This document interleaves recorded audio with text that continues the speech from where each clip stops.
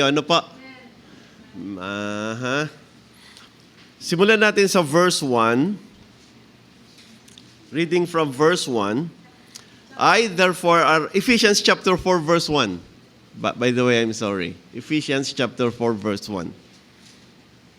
I therefore, the prisoner of the Lord, beseech you that ye walk worthy of the vocation wherewith ye are called, with all lowliness and meekness, with long-suffering, forbearing one another in love, endeavoring to keep the unity of the Spirit in the bond of peace. There is one body and one Spirit, even as ye are called in one hope of your calling, one Lord, one faith, one baptism, one God and Father of all, who is above all, and through all, and in you all. Verse 7, but unto every one of us is given grace according to the measure of the gift of Christ. I'd like you to focus on that because every one of us is given grace. Alam ko ho, mahirap, pero sa biyaya ng Diyos dumadali lahat. So, that will be our focal point. Wherefore he saith, when he ascended up on high, he led captivity captive and gave gifts unto men. Now that he ascended, what is it but that he also descended first into the lower parts of the earth? He that descended in the same also that ascended up far above all heavens, that he might fill all things. Verse 11, and he gave some apostles and some prophets and some evangelists and some pastors and teachers, for the perfecting of the saints, for the work of the ministry, for the edifying of the body of Christ, till we all come in the unity of the faith and of the knowledge of the Son of God, unto a perfect man, unto the measure of the stature of the fullness of Christ. Verse 14, that we henceforth be no more children, tossed to and fro, and carried about with every wind of doctrine, by the slay of men, cunning craftiness, whereby they lie in wait to deceive. Verse 15, but speaking the truth in love, may grow up into him in all things, which is the head of even Christ, from whom the whole body fitly joined together and compacted by that which every joint supplieth, according to the effectual working, the measure of every part, maketh increase of the body unto the edifying of itself in love. This I say therefore, and testify in the Lord, that ye henceforth walk not as other Gentiles walk, in the vanity of their mind, having the understanding darkened, being alienated from the life of God through the ignorance that is in them, because of the blindness of their heart. Panginoon, mangusap po kayo sa amin. Akin pong inaanyayahan ng banal na Espiritu Santo na malayang mangusap at kumilos sa bawat puso, sa bawat isa na naririto ngayon. Buksan niyo po ang mata ng aming mga pangunawa. Makita po namin ang layunin at ang plano mo sa buhay namin. Dalangin kong kausapin mo lahat-lahat, maging ako. Kung ano po ang bawat salitang lalabas sa bibig ko ay hindi dahil gusto ko lamang sabihin yun, kundi lahat ng yan ay salita na pinapayagan mong sambitin ng aking mga bibig upang maging pagpapala sa iyong mga anak. Alisin mo ang anumang kayabangan. Alisin mo ang anumang pagmamapuri sa sarili. Dahil lahat ng ito ay biyaya mo lamang sa amin, O Diyos. Maraming salamat po. Amin po kayong pinupuri at dinadakila ngayong oras na ito sa pangalan po ni Jesus. Amen. Please be seated. I'd like to bring each one of us into a reality or realization. Sa psychology, kapag pinag-uusapan po natin ang psychology, more especially when we're talking of the word counseling, one of the ultimate goal of counseling is to bring a person into realization. Maintindihan natin, And I think and I believe with all my heart, mga kapatid, na maging itong church na ito, kung bakit uma-attend tayo ng church, kung bakit nagbabasa tayo ng Bible, because we want to realize something which is far important above all in this world. May bagay na mas mahalaga. May bagay na dapat maunawaan tayo. Ano ba talaga ang plano ng Diyos sa akin? Kapag tinitingnan ko po ngayon ang aking nanay at ang aking tatay, ang tatay ko po ay 87 years old. I do thank God, naglalakad pa siya, nakaka-attend pa siya ng church, dahil nasa third floor po yung aming church, so medyo nahihirapan na po siyang umakyat. Nararamdaman ko yung kanyang hirap dahil pagdating niya doon sa church, tumitigil muna siya kasi hinihingal siya. Ang nanay ko, ganun din. But I still remember the day na kung saan malakas pa sila, nag-i-enjoy sila. Naalala ko nung ang nanay ng aking may bahay ay malakas pa, nakaka-attend pa siya ng church, nakaka-akyat pa siya, pero dumating po kami sa punto na hindi niya na po kayang akyatin. Nilalagay na po siya sa silya para akyat na lamang siya. So talagang nakita natin kung paano po nagde-deteriorate yung buhay. Kung paano bumababa, paano po siya bumabagsak. So lahat ng kahapon ay naging ala-ala na lamang. Dumating din kami sa punto na pati ang pagbaba niya ng church ay talagang mahirap. So nilalagay siya sa silya at pagkatapos ibinababa siya. That's a reality of life. You need to realize that kailangan dumating tayo sa realization. Sa buhay natin, may mga bagay sa mundo na hindi natin kontrolado. Wala tayong magagawa. Darating at darating. Kaya pag sinasabi ko, ang tatay ko, 87 years old, biyaya ng Diyos kapag binigyan pa siya ng another 3 years old, 90 na siya noon. So between now and 3 years old, kung bibiyayaan siya ng Diyos at the age of 90, malakas pa siya, thank God. Pero yung isang malaking katanungan ko ngayon, kaya pa kaya niyang umakyat sa third floor at the age of 90?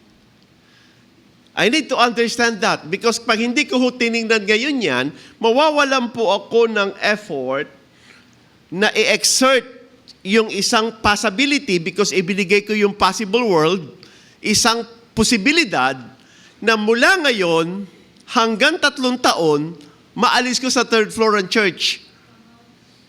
Kasi kung buhay pa siya, after 3 years, there is now a highest probability na hindi niya na kayang umakyat. Tama di po ba?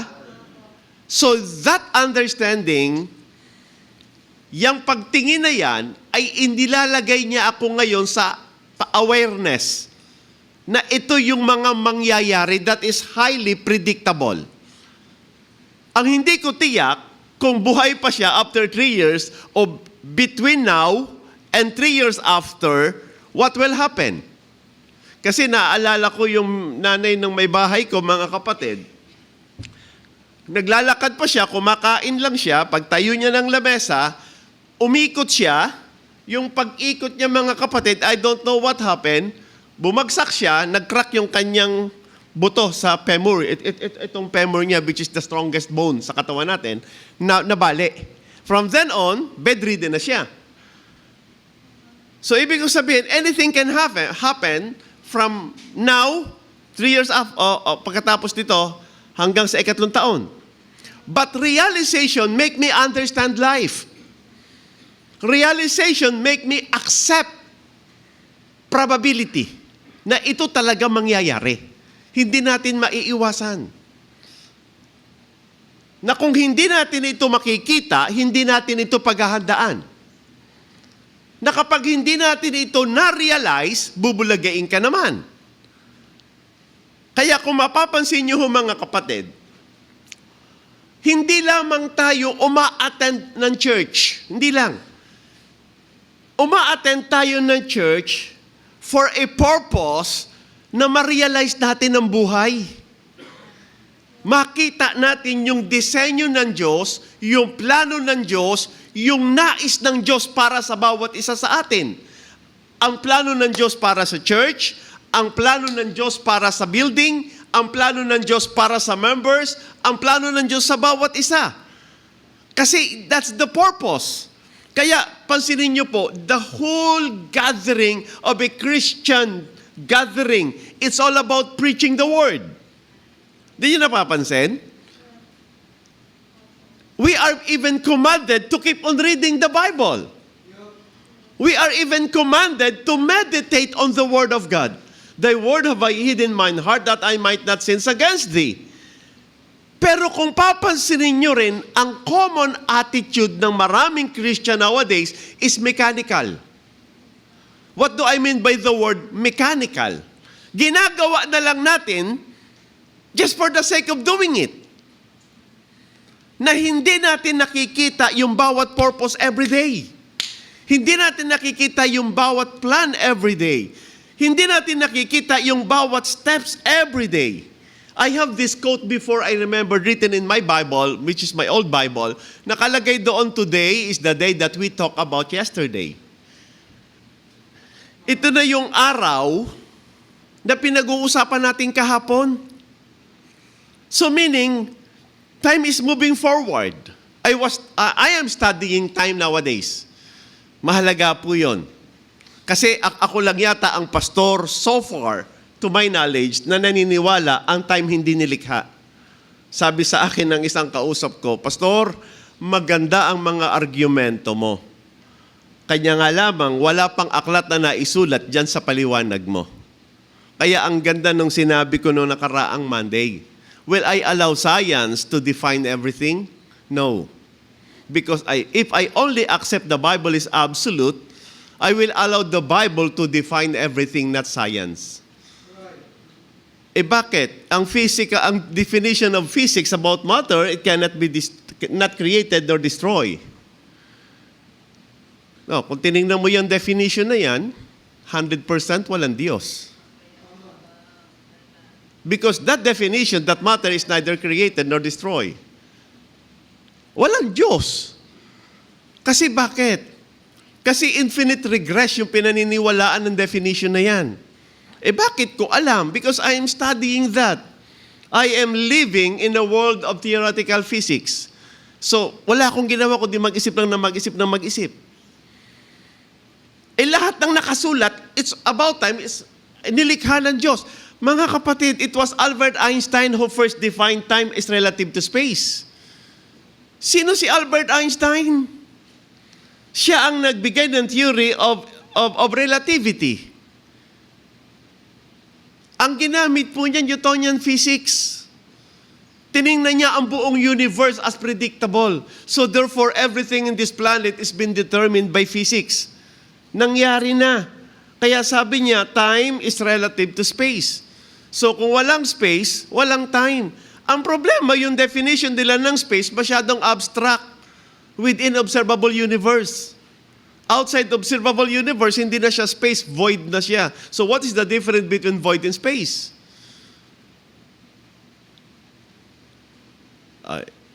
Sabi ko, hindi pwede yan. Bakit?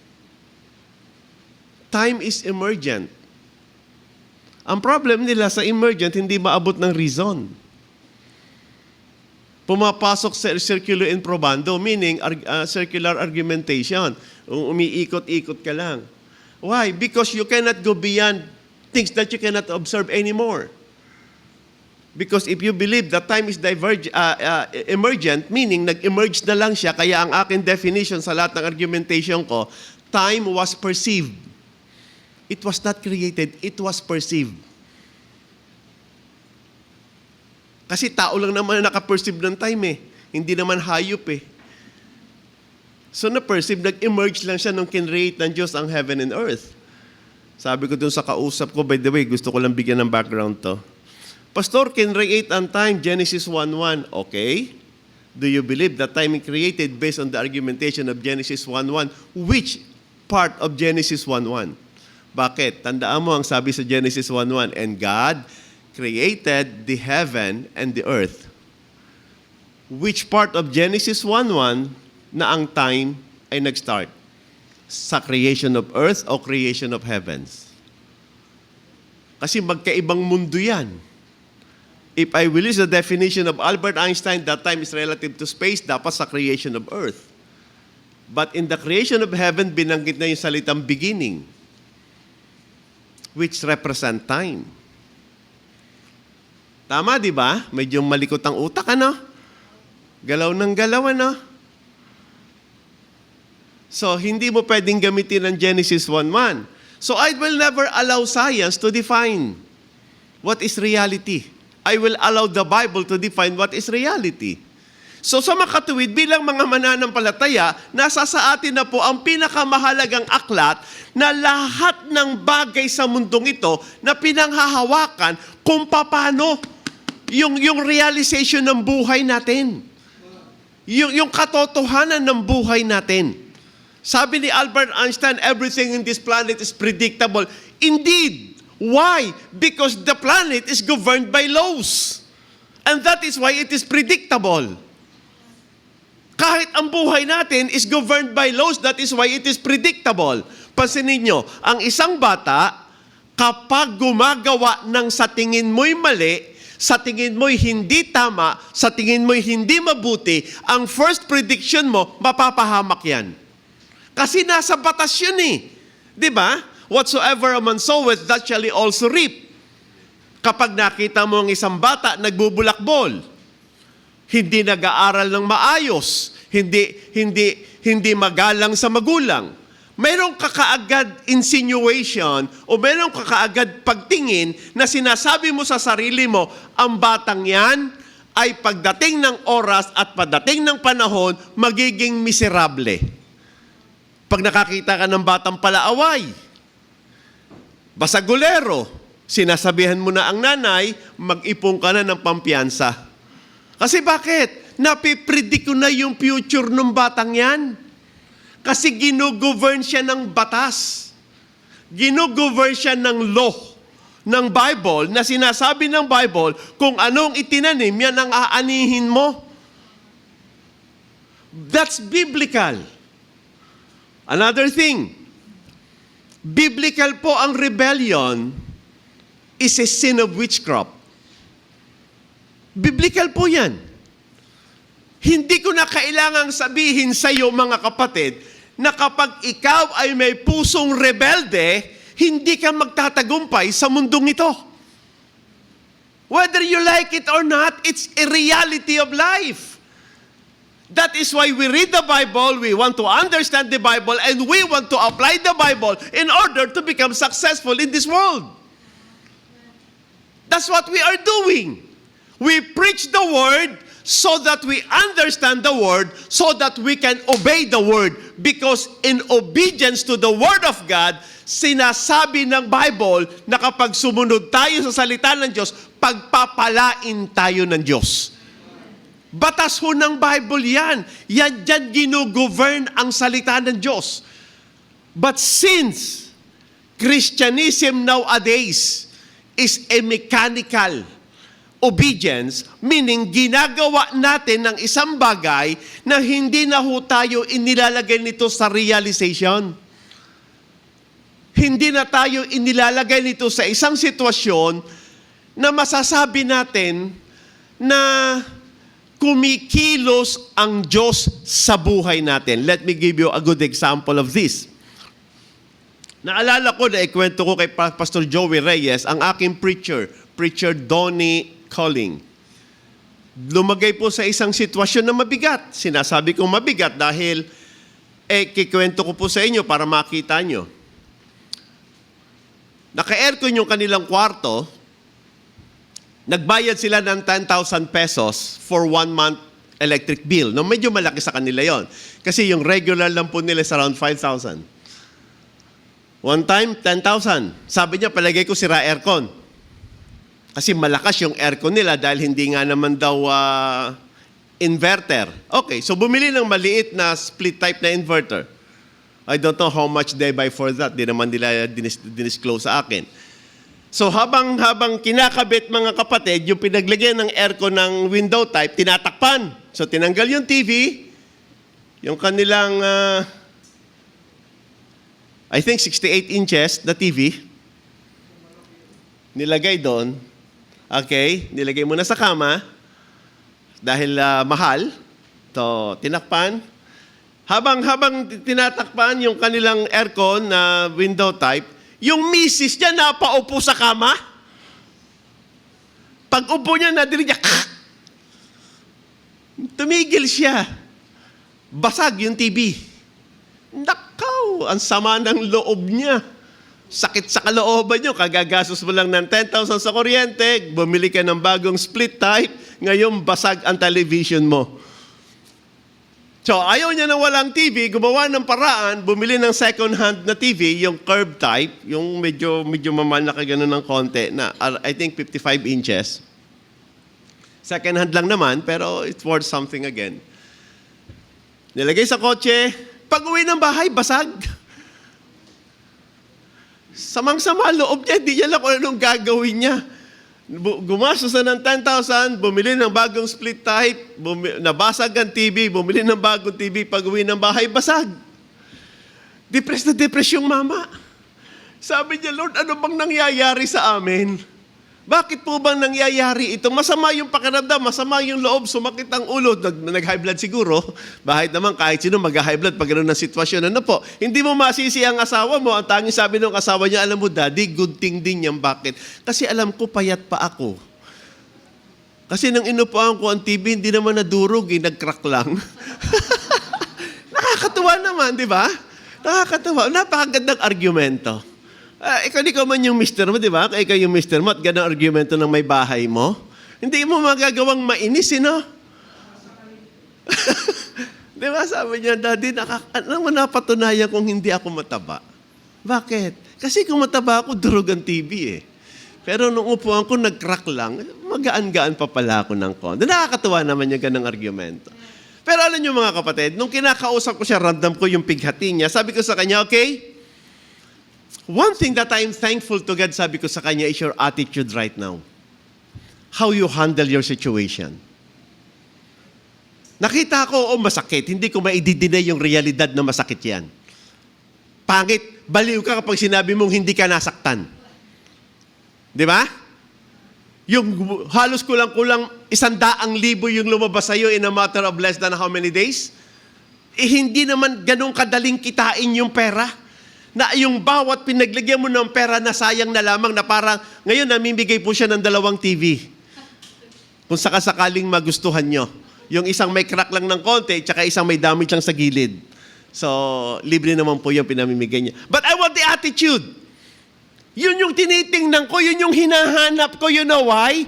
Mas mabigat ang isang sitwasyon, mas mabigat yung isang pangyayari kapag yung sitwasyon, yung damdamin mo, sumasakit pa. Yung naiinis ka pa. Yung mabigat, lalong bumigat. Yung mahirap, lalong humirap. Pero nung inilagay ka niyan sa realization, na alam mong walang may kasalanan, na alam mong wala kang pwedeng sisihin, kung mayroon kang dapat gawin ngayong oras na ito, is to internalize kung ano ang mensahe ng Diyos para sa akin ngayon. Bakit pinayagan ng Diyos na mangyari ito? Bakit pinayagan ng Diyos na maupuan ng aking sexing may bahay, yung aming television, na hindi naman nadurog, nag-crack naman? Pero at least, a good thing na patunayan niyang hindi siya mataba. Nung bumili siya ng bagong TV, second-hand na TV, pag uwi niya ng bahay basag, it's a big question mark. Lord, bakit mo pinapayagan? Ano po yung mensahe? Pero again, naroroon ka sa salita ng Diyos. The Bible will always bring you to a realization that all things work together for good to them that love God. And that attitude will lessen the pain. Yung reality na alam mo, pinayagan ng Diyos sa magandang layunin ng lahat ng ito. No, gagaan ang damdamin mo ron. Yung galit, mababawasan. Hindi mawawala, pero mababawasan. Yung inis, hindi talaga totally nawawala ang inis, mga kapatid. Pero tinitiyak ko sa iyo, hindi kasing sakit kung tatanggapin mo ang Bible. Hindi kasing bigat kung paniniwalaan mo ang salita ng Diyos. Dahil sinabi ng Bible, all things work together for good to them that love God. That is realization. Isang pagtingin na tinatanggap natin ang salita ng Diyos. Now, tingnan ngayon natin ito sa perspektibo ng Bible. Sa perspektibo ng buhay po natin. Kami hong mag-asawa, hindi ho kami bumabata. From now to 3 years after, sa perspektibo ng tatay ko, I need to understand that. Kaya ang tingin ko ganito, sabi ko sa aking pamangkin na anak ni Preacher Donnie, ay ganito. Mapalad ka, inabutan mong buhay ang lolo mo. That's one thing. So it should make you thankful now. Pangalawa, mas mapalad ka, mapaglilingkuran mo ang lolo mo ngayon. So you have to take that opportunity. Kaya pag trabaho ngayon ng pamangking ko, si DJ, pagtayo ng lolo, pumunta ng kusina, kasunod na siya. Bakit? Gusto kong yung pagiging mapalad niya, ma-realize niya na yon. Bakit? Kasi yung mapalad kang inabutan mo at mas mapalad kang napaglilingkuran mo, yung mapaglilingkuran mo is a possible world. It doesn't mean mapapasayin ng pagiging mapalad dahil pwede mo pa siyang paglingkuran, pero pwedeng mawala sa iyo ang pagiging mapalad kung hindi mo gagampanan yung obligasyon na mapaglingkuran siya. That is what you call a possible world. Pwede kang magtagumpay, pero hindi nangangahulugan na magtatagumpay ka na kasi posible pa lang yun. Potential mo yun. That is a potential probability na pwede kang pagpalain. Kaya lang, may gagawin ka. Ano yun? Sundin mo. Kaya sabi ko sa kanya, mas mapalad ka kung mapaglilingkuran mo pa ang lolo mo. Tandaan mo, kung bibigyan pa ng Diyos ng 3 years yan, you only have 3 years to do that service. Kung hindi mo agad sisimulan ngayon, lumiliit at umiikli yung panahon mo. Nakukuha mo? But you have to accept that reality na mawawala na yan. Mauubos na yan. Matatapos na yan. Hindi mo na kayang pigilan ng kamatayan yan. What if mamatay siya nang hindi umabot ng 90? That you cannot predict. That you cannot tell. What is given to you right now as your actual world is that ikaw, buhay pa, ang lolo mo, 87 years old. That is your actual world. Kasi nagpang-abot kayo. At the age of 13, siya at the age of 87. Now, listen to me. That is your reality. Your possible world is that you have given the chance na papaglingkuran mo siya. It's up to you kung igagrab mo o hindi. It's up to you kung gagamitin mo o hindi. Pero, another reality na tatanggapin mo ngayon, pwedeng mula ngayon, anytime from now, kunin ng Diyos yan. And you have missed your chance. Nakuha niya? That is reality. That is realization. That is acceptance. Tatanggapin ko na. Pero kung paano ako magde-decide ngayon, now, tingnan nyo ha, sa church natin mga kapatid, okay, you need to accept this because this is another realization. Life is divided into 3. Anong ibig sabihin? Lahat ng patay nating kamag-anak, ang namatay po sa kanila, iyong future at saka yung present. Yung past po hindi namamatay. At alam nyo ba ang buhay ng tao? 90% past. 5% lang po yung present natin. At 5% lang po yung future natin. Burahin mo ang lahat ng memory mo, baby ka uli. Bagong panganak ka na naman. Napapansin? Burahin mo lahat ng memory mo ngayon. Lahat-lahat. Bumalik ka sa pagkabata. Nagsisimula uli buhay mo. Bakit? 90% ng lahat ng buhay na mayroon ka, nasa kahapon. At mga kapatid, yung buhay mo kahapon, hindi na humabubura yan sa lahat ng isip ng taong nakahalabilo mo, kakilala mo, kasama mo, kaibigan mo, yung alaala sa kanila, hindi na humabubura yan. Ang tawag nga ng aking kaibigan, Pastor Joey Reyes, na doon, legacy. Alaala ng kahapon. And the present, listen to me ha. Your present is your only opportunity to create good memories. Ito na yung ngayon. Every day we are creating memories. We are storing life in our memories that we will always remember. You can change. Your future is your possible. Your present is your actual, mga kapatid. Your yesterday is your life. Buhay mo yan. Ikaw yan. Your future is your potential. Your present, mga kapatid, is your chance. Walang pangako na mababago mo ang future mo, meron kang pangako kung anong gagawin mo ngayon. This is your actual world. You have to understand that. And you cannot change what is already done. Ito na yung nangyari kahapon. You will regret your yesterday. And you have no choice about it. Tingnan nyo to, pakinggan nyo ha. The only way for you not to regret your yesterday, the only way is to learn from it. Yung hindi ka matuto sa kahapon, you will keep on regretting your mistakes. But admitting that you have learned from your yesterday, that will become your propeller to change your today. Dapat baguhin ko na to. Alam ko na eh. Ngayon, tingnan nyo ang Bible, gusto kong ipakita ngayon yan. Ito yung realization na gusto kong makita ninyo. Pag nakita natin to mga kapatid, it will change the way we see things. Okay?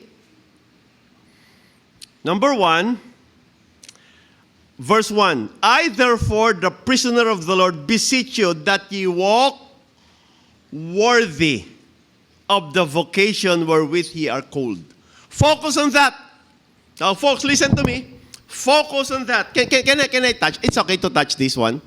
Hawakan ko. Thank you so much. Kapatid, hanga po ako sa inyong maganda. Nakita ko yung mga nag-ooperate doon, napakagagaling. Bukod sa magaganda lalaki, syempre given na yon. Ang gaganda ho ng inyong presentation, ang gaganda ng inyong mga ginawa, pagbabago, napakaganda. Okay. Listen to this. I've heard this sa isang billionaire. Nagustuhan ko yung sinabi niya. At yung sinabi niya, nag-stick ho sa memory ko. Hindi ho siya nawala. Anything that does not deserves my best does not deserves my time. Tandaan niyo yan. Ano mang bagay na hindi niya deserves ang the best ko, hindi niya deserves ang time ko. Why? Because a half-hearted work is a time spent for nothing. Yung bagay na binigyan mo ng oras mo, ng panahon mo, ng buhay mo mga kapatid, na half-hearted mo lang na ginawa, diyan mo sinasayang ang buhay mo, ang lakas mo, mga kapatid, na yung outcome ng ginawa mo, walang kwenta. It's a realization of life. Tumatakbo ang oras mo, tumatakbo ang buhay mo, tumatakbo ang panahon mo, mga kapatid, na hindi mo nagagamit ng tama.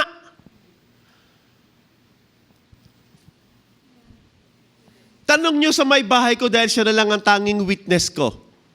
Siya na lang. 2 na lang kaming sa bahay na malakas, yung nanay niya, bedridden pa. Basta't dumilat ang mata ko, basta't dumilat at bumaba ako ng kama, Saan ako unang-unang uupo? Sa computer. Nasa computer ako. Bigyan mo ako ng 5 minuto na available ako. Pag upo ko sa computer, nag-aaral ako. Okay? Pag umalis ako ng computer, magtatrabaho ako habang nag-aaral ako. Pag ako umupo at magdadrive ako, nag-aaral ako.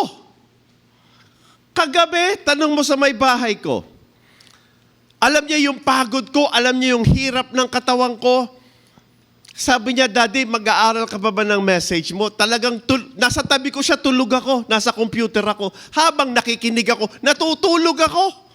Pinag-aralan ko paano makinig habang natutulog. Nakikinig ako habang natutulog. Nung sabi ng asawa ko, mag-aaral ka pa. Alam mo, sabi ko, Mami, sa panaginip na ako gagawa ng lesson ko. Kahit sa panaginip ko, nag-aaral ako. Pastor, talaga po, yes. Kidding aside, yes. Yung mga problem na sinusolve ko ho sa panaginip ko. I can even manipulate my dreams. I can even think what to dreams. Anong panaginip ang gusto ko. Bakit to? Kasi nakukontrol ko utak ko. Pastor, talaga yes, nagagawa ko po yan. Kaya kong gumawa ng message habang natutulog. Walang biro po yan. At marami sa mga messages ko sa sobrang pagod ko, ginawa ko nang tulog ako. Kasi nag-iisip ako habang natutulog. Pastor, kaya ba yon? I-try nyo. I-try nyo. 3 kaming gumawa nun, yung 2 nasa mental. Yung 2, walang biro. Nung nandito sila, Dave Black, yung kaibigan ko, I was not able to make that message, but he was asking me to preach plain English, the whole message, because they're watching. Hindi ako nakagawa ng message, pero buong magdamag, gumagawa ko ng preaching ko habang tulog. Pati outline ko, iniisa-isa ko na. Pumunta pa kami rito nung umaga, nag-preach ako nung hapon sa amin, pero ginawa ko yung buong message ko, tulog ako. Bakit po? Walang pinagkaiba ang tulog sa gising. Wala ho silang pinagkaiba. Basta't pareho ka rin nag-iisip, gising ka rin nun. Para kang nabuhay sa Matrix world. Yun ang ibig sabihin nun. So ano ibig sabihin? You need to have quality time. Huwag mong sayangin. Alam nyo ang problema natin, mga kapatid? Sinasayang natin ang oras natin, ang buhay natin sa mga bagay na hindi mahalaga sa atin. Make this your philosophy. Make your one day a step closer to your dreams. Ibig sabihin nun, huwag mo payagan lumipas ang maghapon ng walang direksyon. Huwag mong hayaan lumipas ang maghapon nang wala kang magagawa. Make your one day a step closer to your dream. Make your life with a purpose. That's a reality. Hindi mo kayang pigilan ang paglipas ng maghapon. Mapipigilan mo ba? Can you stop time? Can you stop the sun? Nasabihin mo, let the sun stood still. Pwede mo bang sabihin yon? Lilipas at lilipas ang maghapon mo. May gawin ka, wala kang gawin, kakain ka. Tama, di ba? At ako nagtataka, bakit yung mas walang ginagawa, mas malakas kumain? Ako, tanong ko sa sarili ko yun. Ha? Hindi pa rin eh. Yan na lang yata yung hindi ko maisip. Ang asawa ko, alok lang ng alok. Daddy, kakain na. Mamaya na. Daddy, hindi ka pa, 4:00, hindi ka pa na naghalian. Mamaya na, konti na lang. So, yung walang ginagawa na kasama ko, nakakatatlong kain ha. Bakit mayat maya gutom? Ano kayang meron ng tiyan nila? Ano? Ganon. Yung para sa akin, kinain nila.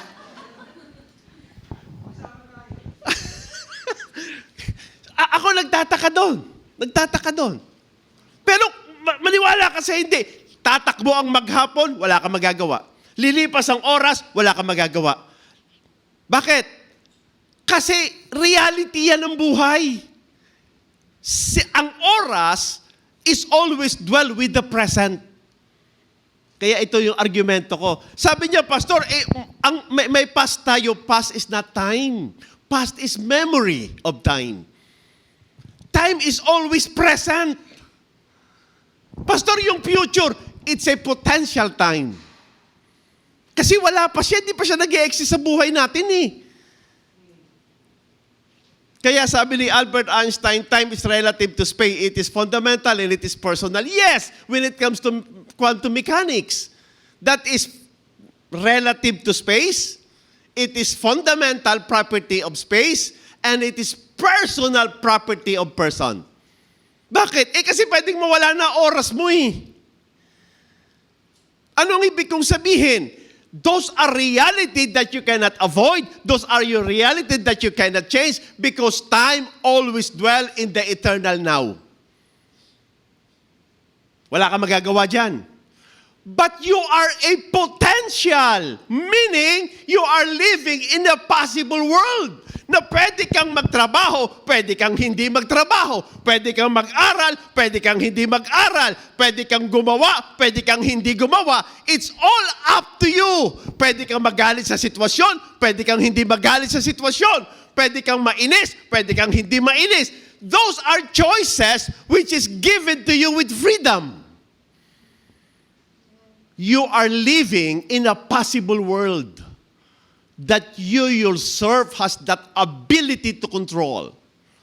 Time, it's not part of your power to control.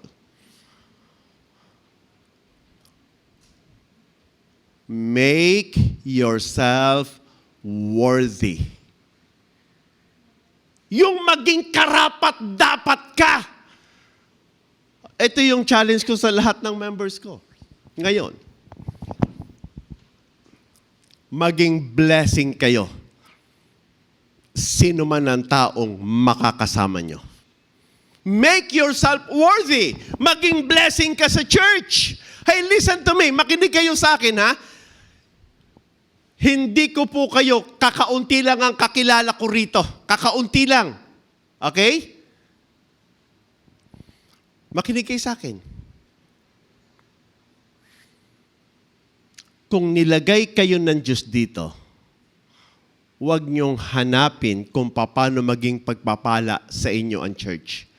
Which is given na po yun. Hindi niyo na kayang burahin yun. Ang church ay blessing sa lahat ng members. Wala kayong magagawa dyan. Ang pagkakaisa ng miyembro, blessing yan. Ang pastor, blessing yan. Wala kayong magagawa dyan. Pastor, pwede bang hindi maging blessing sa amin ng pastor? Hindi. It depends kung paano ka titingin. It depends kung paano mo dadamahin. O tingnan niyo po to, bakit ko sinasabing mahalaga po yan? Book of Ephesians chapter 4, minsan kasi yung maling pagtingin, having the understanding darkened. Yung pangunawa natin, listen, tayong mga mananampalataya, pinalaya ni Kristo sa puso. Wala akong question dyan. Pastor, ligtas na ako? Yes! Kaya nga, nabago na buhay natin eh. Tandaan nyo ha, nabago ang buhay natin. If any man be in Christ, he is a new creature. All things are passed away. Behold, all things are become new. Refers po yan sa actual world. Anong ibig sabihin ng actual world? O binibigay ko na sa inyo yung lesson ko bukas. Ikaw kasi binago as ikaw. Kung paano ka nabubuhay. Nawala si Garillo. Sana nga. Pero anyway, consider nating nawala. Nawala ang alak. Okay? So, ikaw nagbago. Pero yung potential world mo, hindi nagbago at hindi nagbabago. Kasi bakit? Kasi yung pagbabago ng puso ay pagbabago mo. Ang pagbabago ng isip ay pagbabago ng direksyon ng buhay mo. Magkaiba yon. Pwede kang nawala ang sigarilyo mo, pero bilanggo ka pa rin ni Satanas kahit hindi ka nadala ni Satanas sa pagtatagumpay. Nadala ka lang ni Kristo sa pagbabago ng puso, pero hindi ka nadala ni Kristo sa pagbabago ng direksyon. Pansinin mo, hindi lahat ng mananampalataya nagtatagumpay. Nagbago sa buhay, hindi nagtagumpay sa buhay. Magkaiba po yon. Kasi ang pagbabago ng puso ay nasa pagtanggap mo kay Kristo. Ang pagbabago ng buhay, mga kapatid, ay nasa pagbabago ng isip mo. Kung paano mo na ina-apply ang salita ng Diyos sa'yo. Yung pagbabago ng puso, kung paano mo tinanggap si Kristo sa buhay mo. Ang pagbabago ng direksyon, kung paano mo tinatanggap ang salita ng Diyos sa buhay mo. Pansinin nyo, isang beses lang natin tinanggap si Kristo, pero lagi tayong pinapangaralan ng salita ng Diyos para baguhin yung direksyon ng buhay natin.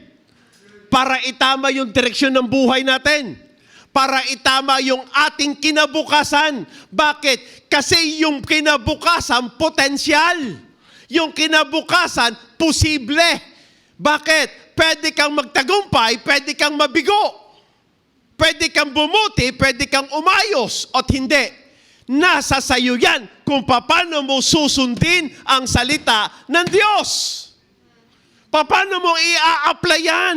Paano mo ipamumuhay yan? Kaya sapul nung maligtas tayo nang tanggapin ang Panginoong Jesucristo, makinig kayo. Ang salita ng Diyos ay araw-araw pinagbubulayan natin. Thy word have I hid in mine heart that I might not sin against thee. It's a continuous process of sanctification. It's a continuous process of surrender. It's a continuous process of asking God. Nakausapin tayo lagi. No, makinig kayo. Yung make yourself worthy, yan po ay ang pagsunod sa salita ng Diyos. You cannot deny reality because we are governed by laws. Batas ang gumogovern sa atin. Ang rebelding, ang rebelding Kristiyano hindi pinagpapala ng Diyos. Period. Naintindihan niyo ba yon? Kahit anong ipaliwanag mo sa akin, kahit anong sabihin mo sa akin, kahit lagyan mo yan ng psychology, lagyan mo yan ng philosophy, lagyan mo yan ng science, gawan mo yan ng logic, gawin mo yan rational, makinig ka sa akin. A rebellious heart is a sin of witchcraft. Period. Pastor Manny, sinabi niya, a rebellious heart is a sin of witchcraft. Period. Pastor, nasaktan ako. Wala akong pakialam. Huwag kang magre-rebelde kasi yan ay galit ang Diyos. Reality po ng buhay yan. Wala hong logic yan, walang science yan, walang physics yan. Bakit po? Because it's a potential action. Bagay na hindi mo pinilit sa'yo, ikaw ang nag-decide niyan. Hindi yan tulad ng time na hindi mo kayang kontrolin. Yan ay choice. Pwede kang wag magrebelde. Anong itatama mo? Hayaan mo na ang salita ng Diyos ang mag-sink in sa isip mo.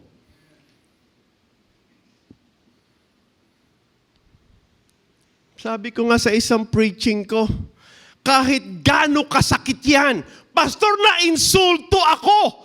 Now, hindi ko i-deny yung insult, okay? Pastor, nasaktan ako, okay? Hindi ko i-deny ang pain. Kasi wala kang choice doon sa kung ano yung sinabi sa'yo. Wala kang control sa sitwasyon. You are put in a situation too severe that almost Satan succeeded to make you a rebellious person. May choice ba si Job sa nangyari sa buhay niya? Wala, di ba? Nung namatay ba mga anak niya, may control si Job doon? Mayroon ba siya kakayanang mapigilan ang kamatayan ng mga anak niya? Mayroon ba siyang control at kakayanang pigilan ang kamatayan ng lahat ng hayop na alaga niya? May control ba siya na pigilan ang kamatayan ng mga nag-aalaga ng hayop niya? Things that you cannot control, you are not accountable. Okay? God will not hold you accountable on something that you are out of control. Pero yung tanong ko, kaya mo bang kontrolin ang emosyon mo? Kaya mo bang pigilan na magrebelde? Tinataniman ka ni Satanas ng galit. Tinataniman ka ni Satanas ng pagkainis. Tinataniman ka ni Satanas ng isang damdamin, isang pakiramdam na gusto kanyang hilain at dalhin mga kapatid sa pamamaraan niya. But listen to me, maliwanag ang Bible. Temptation is not sin. Yun ang sabi ng Bible. It is yielding to temptation. Pinilit ni Satanas tuksuin si Job na magkasala. Pinilit ni Satanas, mga kapatid, na gawin ang lahat ng kanyang magagawa para si Job magalit sa Diyos. At hindi biro ang nangyari sa kanya. Hindi madali, mga kapatid, ang nangyari sa kanya. Sobrang sakit. But the reality remains that Job is responsible to his emotion. Pananagutan niya sa Diyos yun. We are accountable to our choices. Are you with me?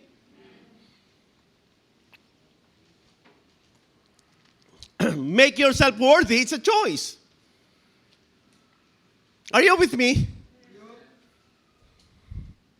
To be rebellion is a choice.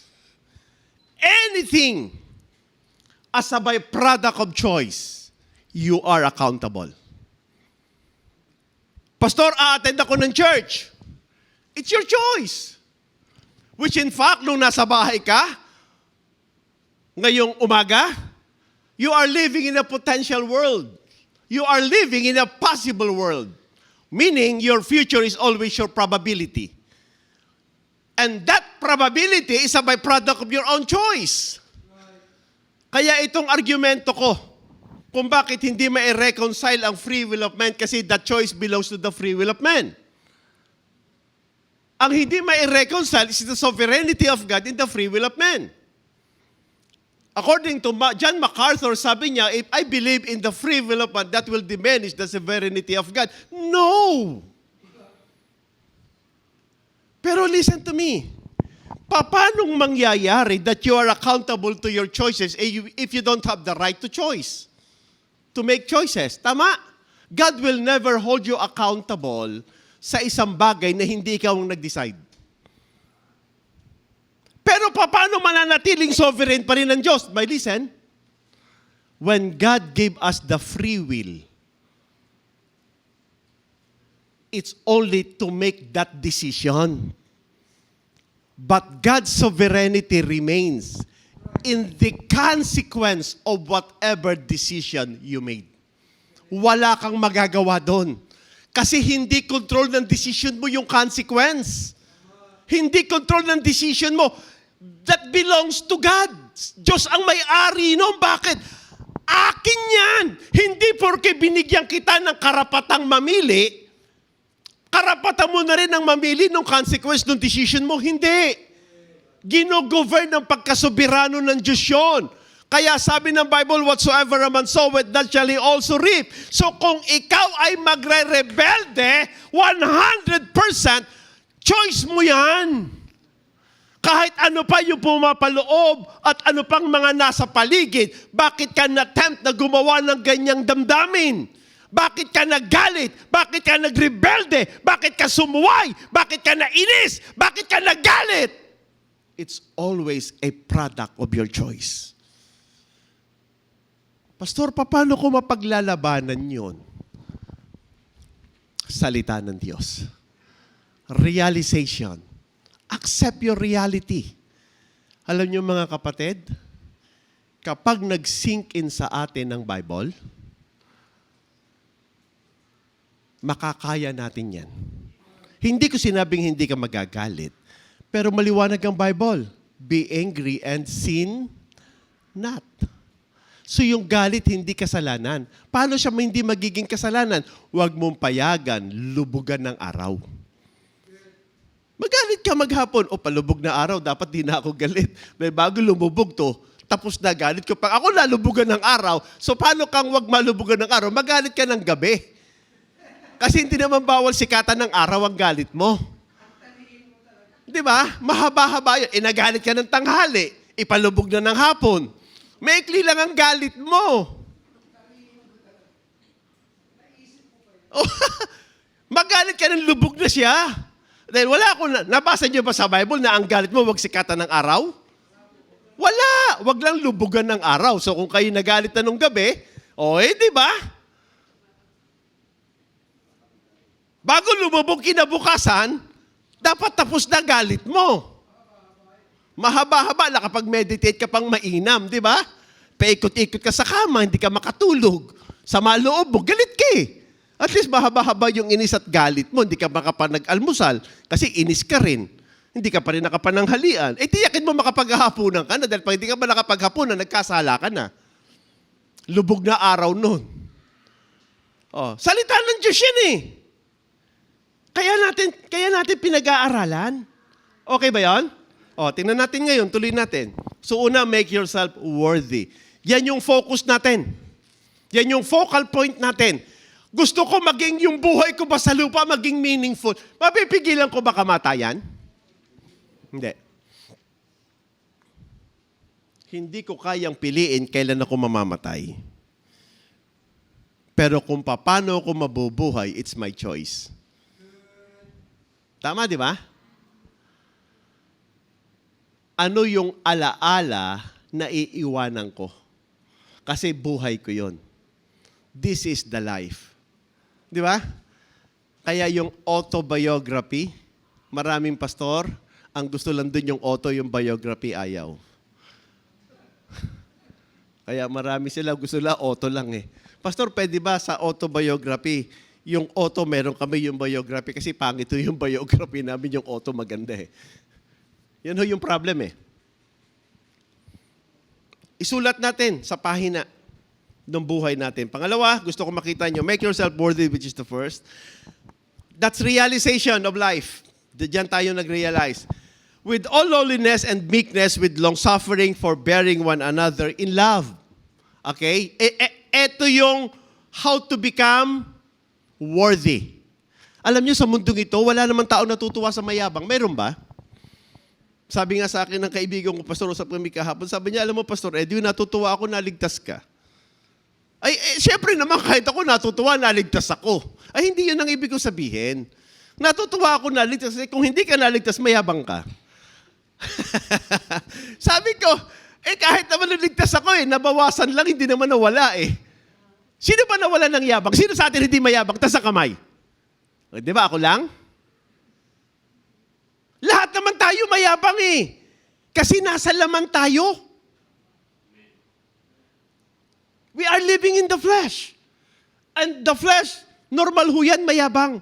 But wala pong tao na natutuwa sa mayabang. Paminsan-minsan ipatalo nyo lolo nyo.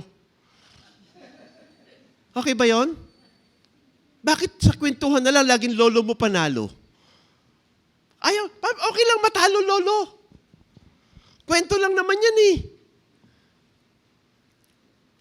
Sabi ko nga kay Pastor Joey Reyes, kaibigan ko yun, sa kay Pastor Joey Conway, ang hirap talaga ng trabaho ko, kaya kayo lumagay sa akin. Sabi niya, ano bang mahirap? Sabi ko, friend, ang pinakamahirap sa akin, yung magpanggap ako ng matalino. Ang hirap nun. Ang hirap niyang i-maintain kasi nagpapanggap ka lang eh. Alam mo yung talagang mayayabang, yung matatalino. Eh ako, nagpapanggap lang. Ano, ipagyayabang ko kung hindi pa ako magpapanggap. Sabi nga nung isang nagtitiktok, sabi nila, feeling ko maganda raw ako. Sabi niya, feeling na nga lamang, aalisin niyo pa. Hayaan niyo kahit sa pakiramdam gumanda ka. Di ba? At least kung sa realidad, doon sa actual world, hindi. At least doon sa pakiramdam, maganda ka. O, tingnan nyo. Yun yung how to be worthy. Ito yung attitude, meekness, long-suffering, forbearing one another in love. Pangalawa, endeavor. Una, make yourself worthy. Second, endeavor. Alam niyo yung salitang endeavor. The Bible speaks of the word unity. Pero ang tinutukoy ho ng Bible dyan, church. Endeavoring to keep the... Alam niyo yung salitang endeavor? Hi folks, listen. Alam niyo yung salitang endeavor? Ang pangalan nito yung nagwe-welding. Nakita ko siya nagwe-welding siya. Sabi ko si CL nagwe-welding ng kulungan pero nasa loob. Sarado na kaya yun? Bukas pa pala yung likod nun si El ng picturean kayo. No? Akala ko sarado na yung likod nun eh. Kaya para kayo nagwe-welding rito, nakalabas yung ulo niya. Sinasara niya. Nung tanggalin niya, hindi niya na matanggal. Pero magaling mag-welding yun, bro. Nakita ko. Sabi ko, kung ito hindi lang tanga, magaling to. Magaling sana kasi kita ko, bilis niyang weldingin eh. Oh. Kaya lang naipit yung ulo niya eh. Pero kay CL nakita ko, gumawa ng kulungan. Sa'yo ba yung Pastor Joey, yung kulungan na yan? Akala ko sa'yo yun eh. Gawa mo yung Pastor mo, madaming asong alaga ngayon to na, na mga papi eh. Ah, okay. Ilan yung akin doon? 5 eh, no?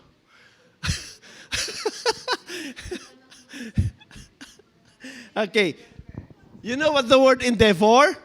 Exert an effort. May gagawin ka, magsasakripisyo ka, magtatrabaho ka, paghihirapan mo.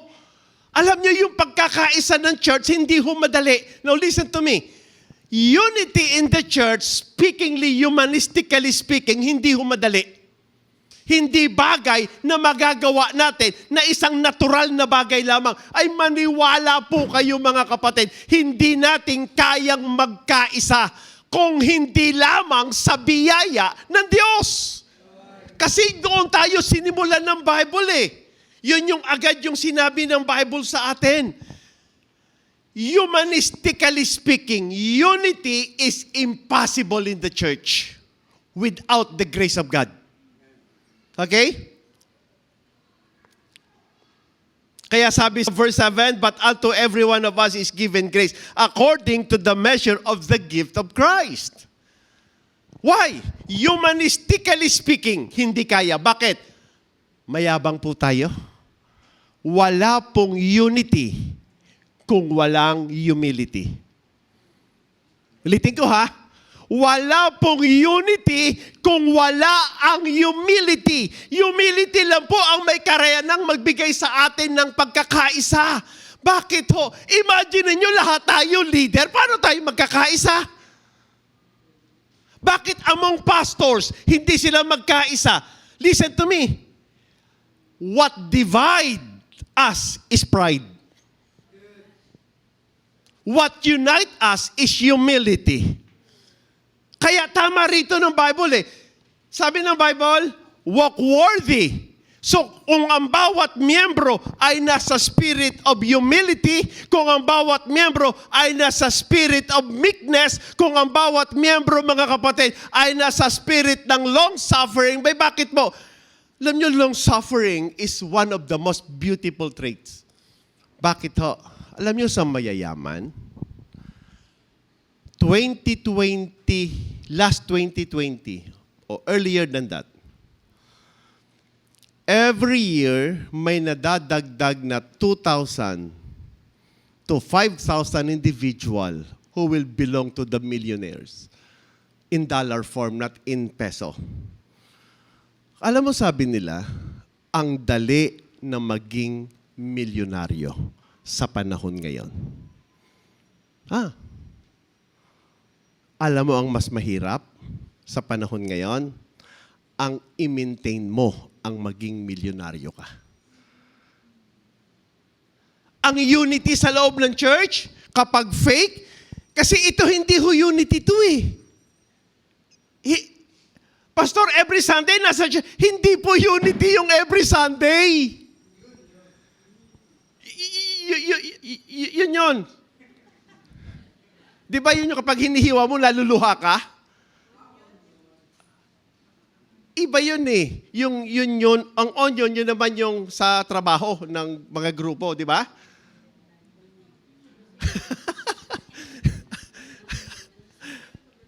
Hindi ho yan eh. Kaya tamang asawa ko yung malinaw, nilalabo ko eh. Hindi ho unity to. Unity refers to purpose. Unity refers to harmony. Unity refers to what? One heart. Yun yung salitang unity. Ito ang tawag rito, union. Naintindihan nyo? Union. Nasa sa isang church, nasa sa isang bubong, nasa sa isang gawain, pero hindi nagkakaisa. Kasi bakit? In order for us to be united, the spirit of humility must be first possessed. Because without the spirit of humility, you cannot achieve true unity. Alam niyo ibig sabihin? Makinig kayo. Ito, pledge natin to, pledge ko to. Makinig kayo sa akin. Bawal matisod sa pastor kapag sa pulpito siya nagsasalita. Teka muna, ba't para kayo nakatulala sa akin? Naintindihan niyo ba yan? Pastor, mali siya. Naiintindihan niyo ba yon? Do you believe that the pulpit is a place where pastor is given the authority to preach the word of God? You have to accept that. Kung sakaling mali, payagan mo siyang managot sa Diyos. Payagan mo siyang itama ng Diyos. Payagan mo siyang kausapin ng Diyos. Pero ang aking paniniwala at ang prinsipyong ipamumuhay ko sa mundong ito, kapag nagsalita sa pulpito ang pastor na yan, hindi ko katitisuran yan. Ang laging iisipin ko, ang laging uunawain ko, ang laging titingnan ko, tumayo ng pulpito niya yan at gagamitin ng Diyos yan. Kay mali, kay tama siya. At kung mali siya, mananagot siya sa Diyos. Pero kung mali ako, mananagot ako sa Diyos. Because your emotion is under your control. Nakuha niya? Pastor, magagalit ako, choice mo yan. Pastor, maiinis ako, choice mo yan. Pero kung paano ka titingin, kung paano mo dadamahin, ikaw yan. Pero kung sasang-ayon ka sa salita ng Diyos, na sino mang lingkod ng Diyos, natatayo sa kanyang pulpito, hindi mo gagamitin yan bilang katitisuran. Kausapin mo ang Diyos. Pastor, hindi ko nauunawaan. Kausapin mo ang Diyos. Hindi mo kontrolado ang kanyang sasabihin. Pero tinitiyak ko, kontrolado mo ang pagtingin at damdamin mo. Ikaw ang may control niyan. At ikaw din ang mananagot sa Diyos niyan. Pastor, nagkamali siya. Everybody make mistakes. I do make mistakes. I make hundreds of them. Tanong mo sa asawa ko, there are mistakes na wala na ako magawa. Nagpagawa kami ng building, magkanong ginastos namin mag-asawa? More than 2 million. Iniwan ko. That's a greatest mistake. Yes! I blame myself for that. Can I change it? No, it's already past. Wala na ako magagawa doon. The only thing for me not to regret those memories is for me to learn that mistakes, that it will never happen again. I want to move on with my life. I want to move on with my mistakes. And every mistakes in the past are parts of my learning so that I can move on. Because if I live in a desperate world of regret, laging inis ang nararamdaman ko. But I am thankful to those mistakes. I learned my lesson. I am a brighter person today than yesterday because I learned so much mistakes yesterday. That makes me now today. No regrets in my heart. But thankful to God that every mistakes I learned, I grow. I mature and become more wiser. Endeavor. Alam niyo, ang isang ugali ng isang tao, kung bakit impossible yung unity sa panahon natin ngayon, pride. Ang bilis natin. I was listening to Dan Peña. You know why I love with Dan Peña? Hindi ho believer si Dan Peña. He was training people to become billionaires. Ang kanyang pangako, Dan Peña promised this. When you attend, if you will attend my 14 days seminar in the castle, tawag niya doon castle kasi yung bahay po niya parang palasyo. 14 days seminar. Nung panahong yon, you have to pay around 20,000 pounds for 14 days. That is equal nung panahong yon, $800,000 for 14 days seminar. Okay, yun na ang pangako ni Dan Peña. Makinig kayo. After this seminar, you become a potential billionaire. Wow! Yung kapantay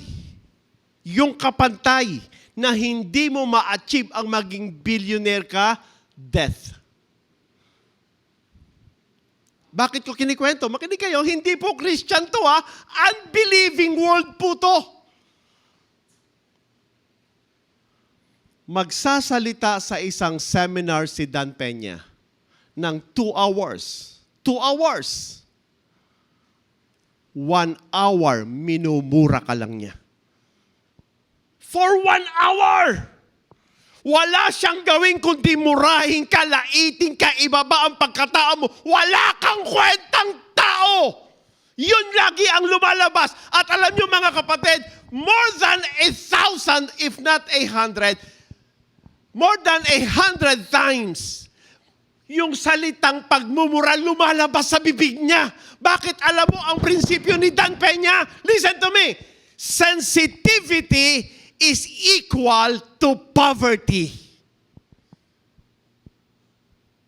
Hindi ka dapat sensitibo.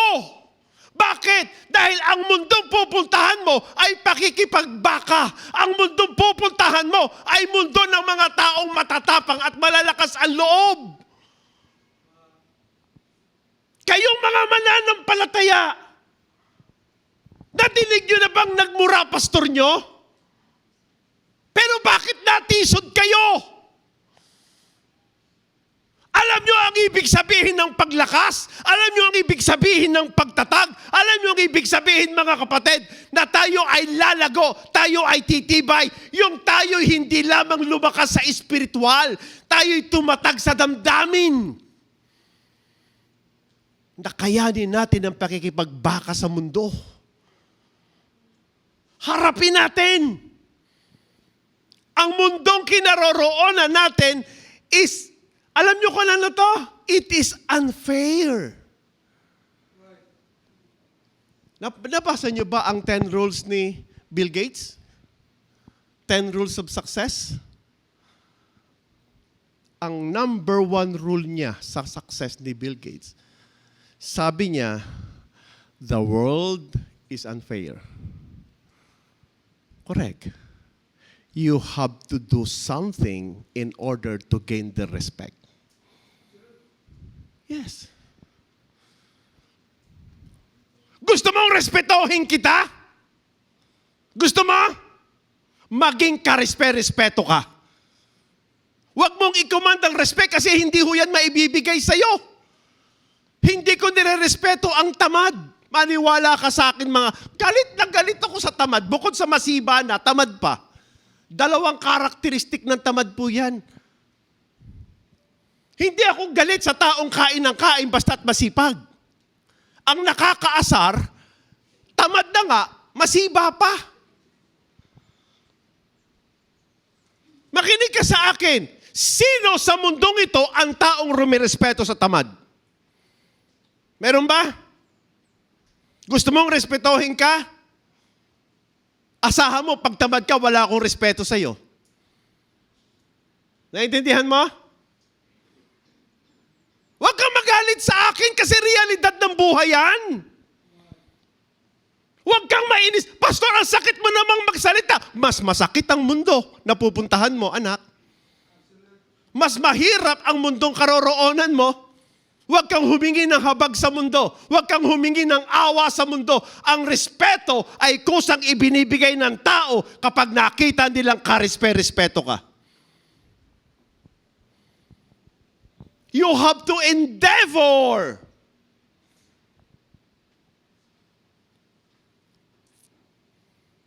Huwag kayong magalit. Pastor, masakit ba ako magsalita? Masakit ba ako magsalita? Pero tama, di po ba? Tingnan nyo ang accomplishment nyo every day. What have you accomplished yesterday that make you one step closer to your dreams? Ano? Sabihin niyo sa akin. Dahil kung hindi mo alam, hindi mo na ida-direct ang sarili mo. Hindi mo na ida-direct ang buhay mo. You need to endeavor. Hindi madali ang magtagumpay. Kung mahirap na ang magtagumpay, mas mahirap ang manatili kang tagumpay.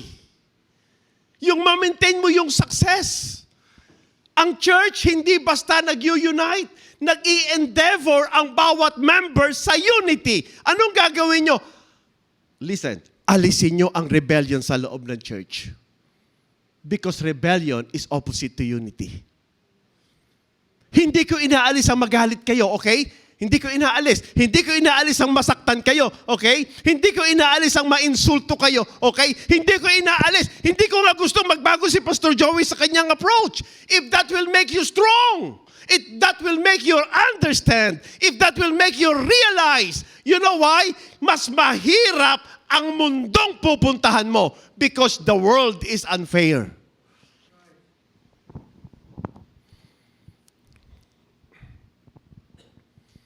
But you need to endeavor.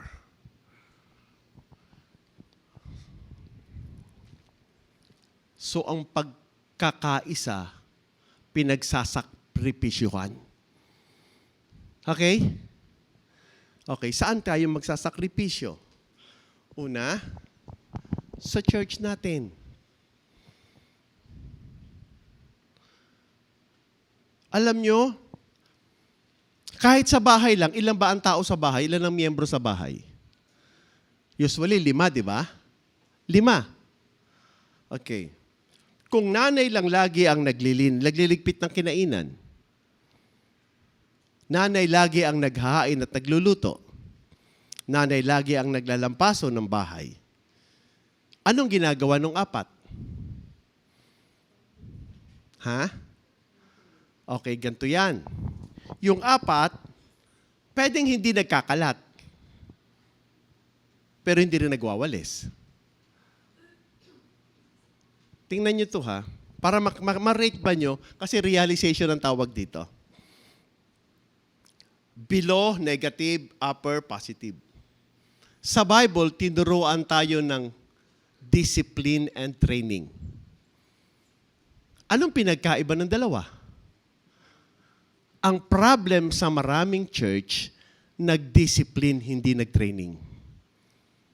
Ito yon. Ang discipline ay sumasaway tayo para pigilan ang gumawa ng mali. Tama, di ba? That's the word discipline.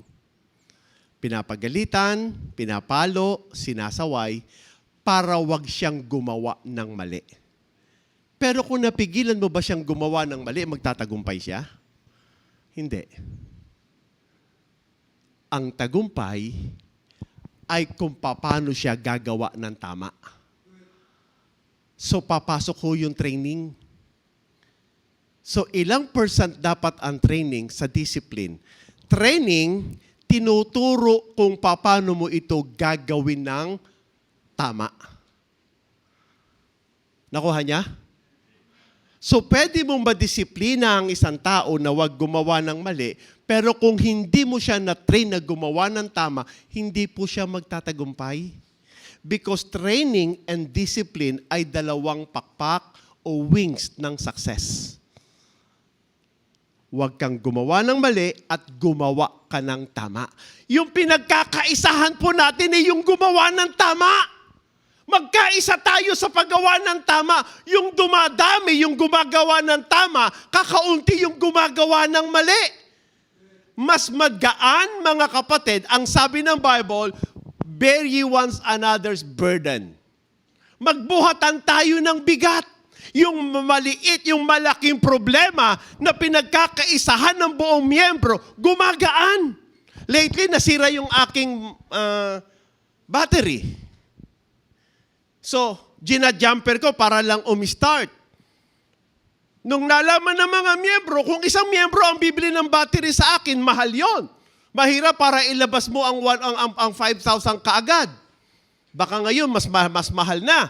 So, ginawa, nagkaisa sila, nagbigay ng pakonti-konti, nagbigay ng 100, nagbigay ng 200 yung isa, nagbigay ng 500 yung isa, nagbigay ng 1,000 yung isa. Yung 5,000 lumiit.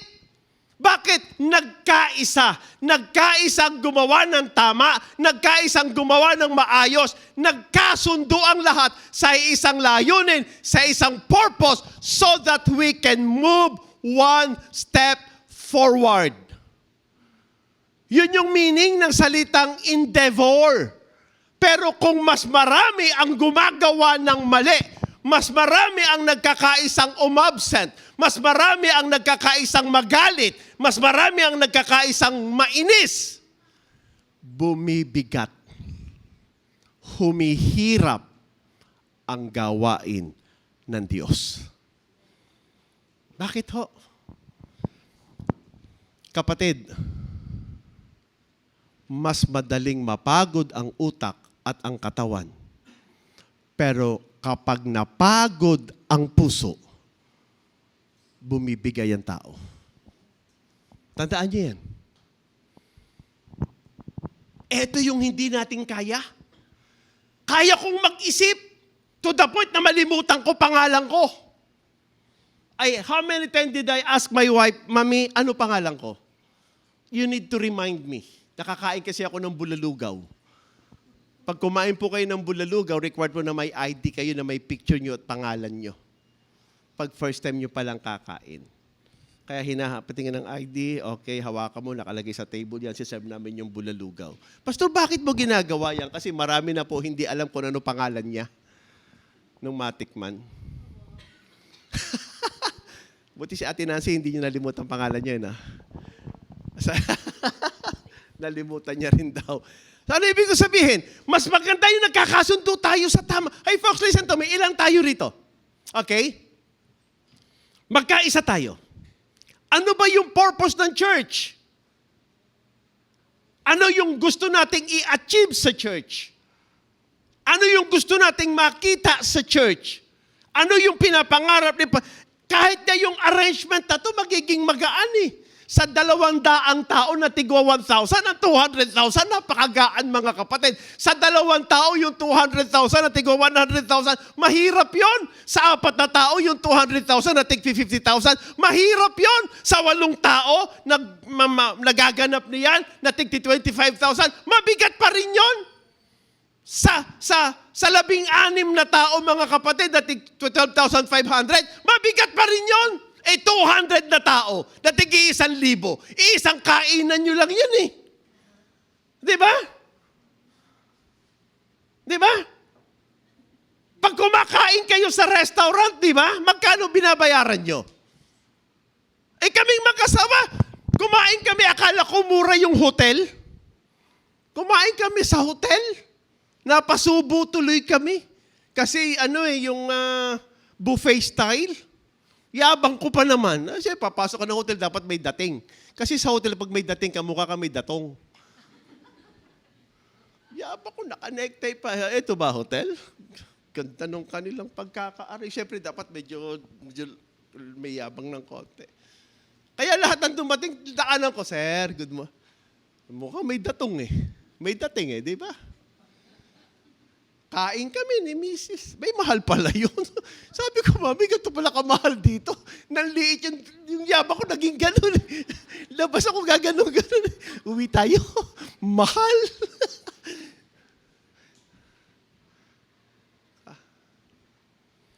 Hindi ho biro.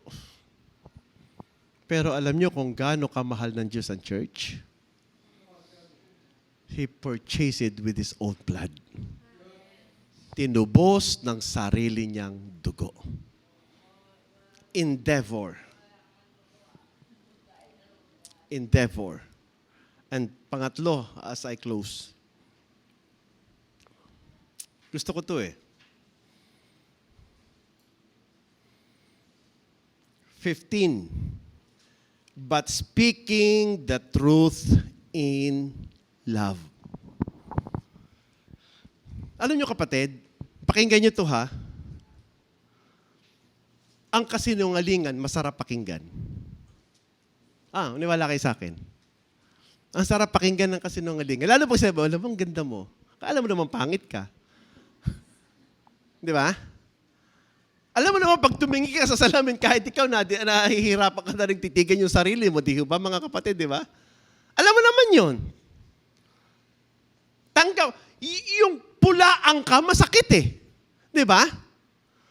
Para bagang, sasabihin sa'yo, medyo may gusto sana akong sabihin sa iyo eh. Gusto ko lang po sana maging honest. Ano yun? Ang pangit mo. Ang sakit eh, no?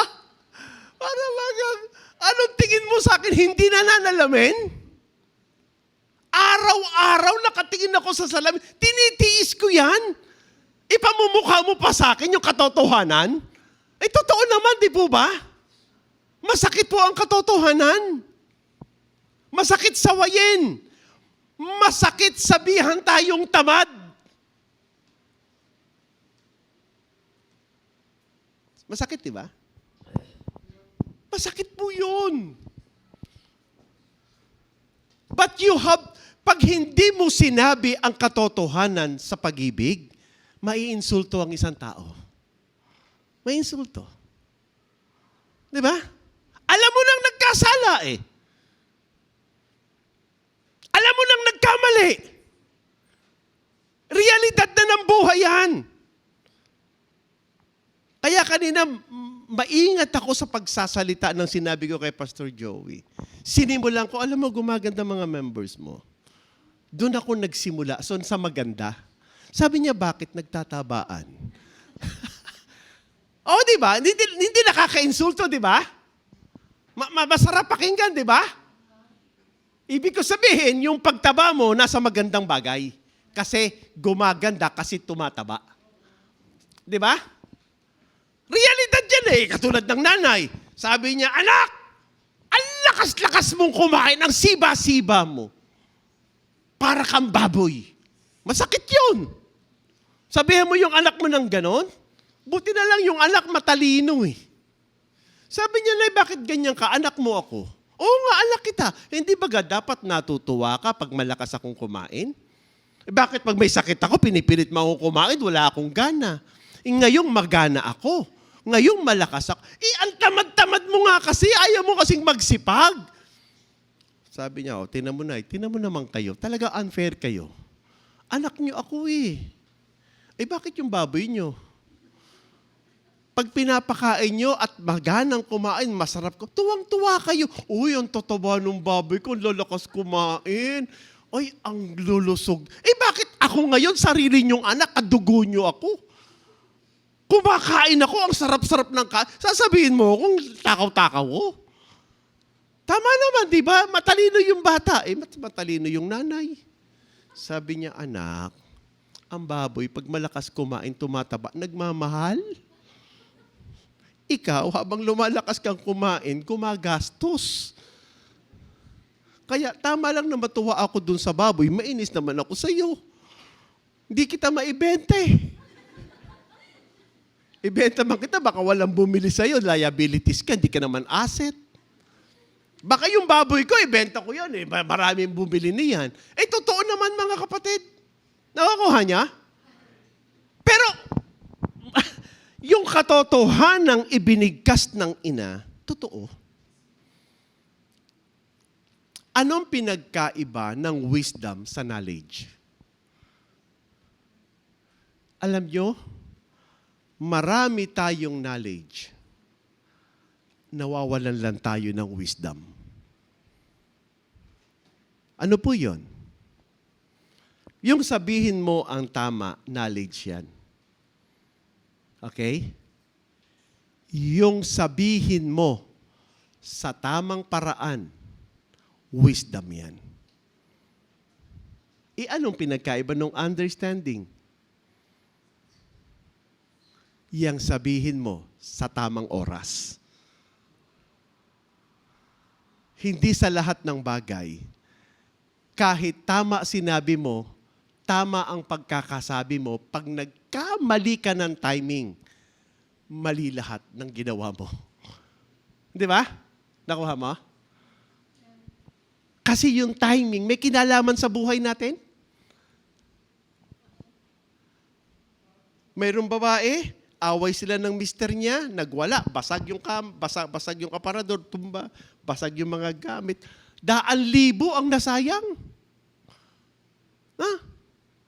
Hindi dahil mali yung sinabi ng mister niya, hindi dahil hindi totoo yung sinabi ng mister niya, mali yung timing ng mister niya. Binanggit niya ang pagpula sa asawa niya at the very low level ng kanyang emotion. Takbo sa akin yung mister eh. Pastor, ang asawa ko nagwawala. Ay bakit? Hindi ko po alam. May nabanggit lang ako. Aba, nagalit. Pinagtututumba yung aparador. Pinagtatapon yung mga plato namin. Ibinaliktad yung lamesa namin. Sobrang galit. Inasaan? Ayun, nakakulong sa kwarto. Ayaw kong kausapin. Sabi ko, ano ba sinabi mo sa asawa mo? Bakit naghurumintado? Sabi ko, sige, puntahan natin. Kinausap ko, dalo ko sa pinto, Ma'am, kumusta na po kayo? Pastor, ang asawa ko. Iiwan ko na. Eh, bakit nyo naman iiwanan? Hindi maipaliwanag ng babae yung damdamin niya. Sobrang galit, sobrang inis doon sa sinabi ng mister niya. Sabi ko, Ma'am, hindi ko po makita yung mali sa sinabi ng mister nyo. Pero bakit yung galit nyo hindi proportion sa salita? Bakit yung galit nyo ang taas? Pero ito lang naman yung sinabi yun, napaka-insignificant. Tinanong ko siya, Ma'am, ngayong oras bang ito nagme-mens ka? Ba't ko tinanong? Kasi doon ko nalaman yung low-level emotion. Yung imbalance of estrogen and progesterone. Nung nalaman ko that period, parang 2 to 3 days na siya, naintindihan ko na siya. Sabi ko, Ma'am, wala pong sinabing mali ang mister nyo. Tama po ang sinabi niya. Nagkamali lang po siya sa timing niya. Ayan, mahigit 100,000 yung halaga ng nasira nyo. Nakuha niyo? May mga bagay na totoo at tama. Mali lang ang oras. Mali lang yung lugar. Hindi ko gustong mawasak ang ganong karaming gamit. Hindi ko gustong masira ang church. Hindi ko gustong mawala ang mga yaman. Ang gusto ko lang, maitama ang mali. Pero tandaan nyo, kapag ang tatlong ito ay binaliwala mo, ang katotohanan, which is the knowledge, ang pamamaraan, which is the wisdom, at ang timing, which is the understanding, at nawala yan at binaliwala mo, 100,000 ang kayang sirain yan. at wasakin sa buhay mo. Ang bigat, ano? Mahal mo asawa mo eh. Yes. Hindi mo intensyong saktan siya. Yes. Hindi mo intensyong ma-insulto siya. Yes. Pero alam mo ba kung kailan siya nagme-mens? No. Tungkulin ko pa bang malaman? Oo. Because that is the height and the low emotion. Alam niyo ba? After menstruation ng isang babae, wala siyang pakialam sa mundo. The height of self-confidence is after menstruation. They can live alone kahit wala siyang kasama. Pero alam mo rin ba, before 2 days to during menstruation, lambingin mo na siya ng lambingin. That is the low emotion ng babae. Naghahanap siya ng kalinga, naghahanap siya ng pagmamahal, naghahanap siya ng presensya mo. Yung lambing mo, hinahanap niya. Yung purihin mo siya, yung iparamdam mo siya, yung presensya mo, kailangan niya. Dapat alam mo yan. Kaming mga pastors, dapat naiintindihan namin ng miyembro. Hindi lahat ng galit namin nasa tamang lugar. Bigyan nawa kami ng Diyos ng tapang, ng kakayanan, na ilagay ito sa tamang lugar, sa katotohanan, at sa tamang timing. Kasi naroon ang pagiging honest namin eh. Mahal po namin kayo. Huwag niyo na hong questionin yung pag-ibig namin sa inyo. Huwag niyo na pong questionin yung pag-ibig ni Pastor Joey. It's no longer a question kung mahal niya kayo o hindi. Para lang kayong, parang siya lang yung asawang lalaki at kayo yung asawang babae. Dahil sa isang sinabi niya, naguhurumintado ka. Pastor, ang sakit-sakit naman ang sinabi mo. Ano bang nasabi ko? Ang dami mo lang sinira. Binagsak mo na yung aparador, pinagtatatapon mo na yung plato, nagngangawa ka na dyan. Ngayon gusto mo pa akong hiwalayan? Kapatid, makinig ka sa akin. Irespeto nyo ang pulpito. Huwag niyo siyang alisan ng authority. Huwag. Kung nagsalita siya ng pangit, harapin mo. Payag ba kayo na yung authority ng pastor nyo, magduda na siya? Payag ba kayo? Payag ba kayo na tuwing tatayo ang pastor nyo sa likod ng kanyang pulpito, mag-aalinlangan na siya? Na baka may masabi siyang hindi maganda na ikatitisod mo? Payag ba kayo? Hindi naman, di ba?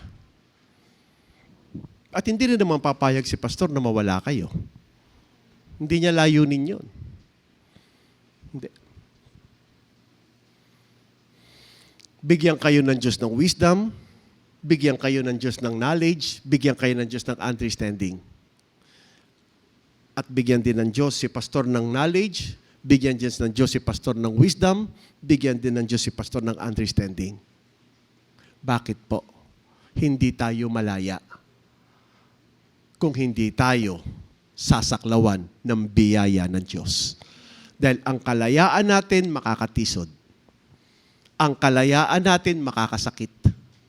Ang kalayaan natin makapaglalayo ng tao kay Kristo. Pero sa biyaya ng Diyos, sabi ni Kristo, if I will be lifted up on the earth, I will draw all men unto me. Sa biyaya ng Diyos, magagawa kong kontrolin ng emosyon ko. Sa biyaya ng Diyos, magagawa kong pigilan ng bibig ko. Sa biyaya ng Diyos, magagawa kong pigilan ang sarili ko. Sa biyaya ng Diyos.